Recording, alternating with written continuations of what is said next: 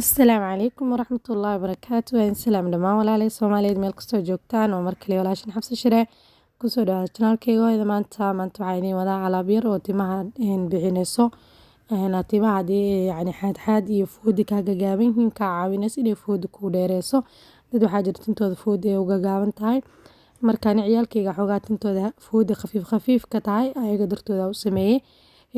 Meeshan waxaa ku haystaa laba shay waxaa waay dhagayare iyo rosemary.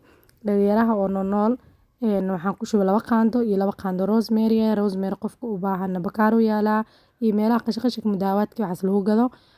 Waxaan ku daray hal galaas oo biyo karkaraayo iyo galaas kale oo biyo caadi ah.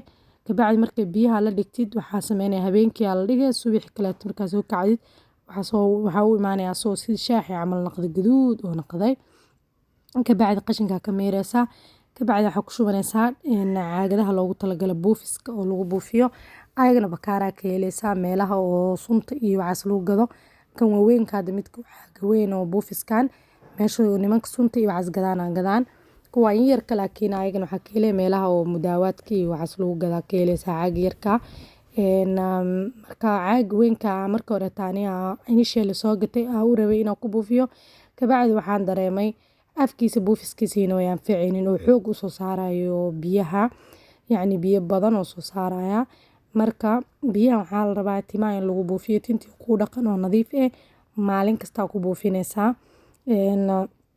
Caag biyaha afkiisa xoog u soo daadinaya fahanti waxaan rabaa buufis camal buf wax sida barfuunka camal buufsamaya muhiim ah inuu ku noqdo biyaha yacni inaad ka badisid ma rabtid just buufis yar ku samaysanaysaa. Midka yar ayaa ku kala dhimanaya midkaas weynkan frinjeerka ku gashtay kan yariiskana inta yarta rabno maalintaas inaad timaha ku buufsano ayaa ku shubanayna ka soo baxsanayna fahanti. Buufiskiisa kan hadda aad u fiican yahay tinta si khafiif ah ugu buufinaysaa foodaha iyo tinta meelaha ka gagaaban tahay iyo meelaha tinta way ka go'day iyo ku buufinay.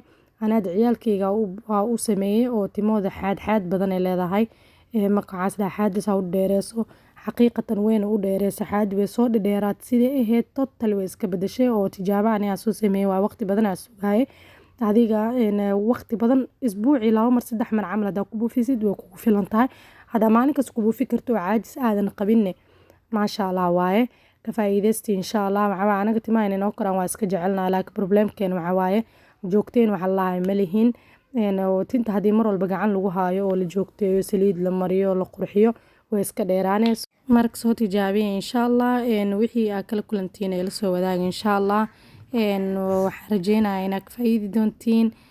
Dhagayaraha iyo rosemary timaha aad loogu amaanaa inay timaha u fiican yihiin. Marka soo baraweeyo jazakumullahu khayr. Assalaamu calaykum.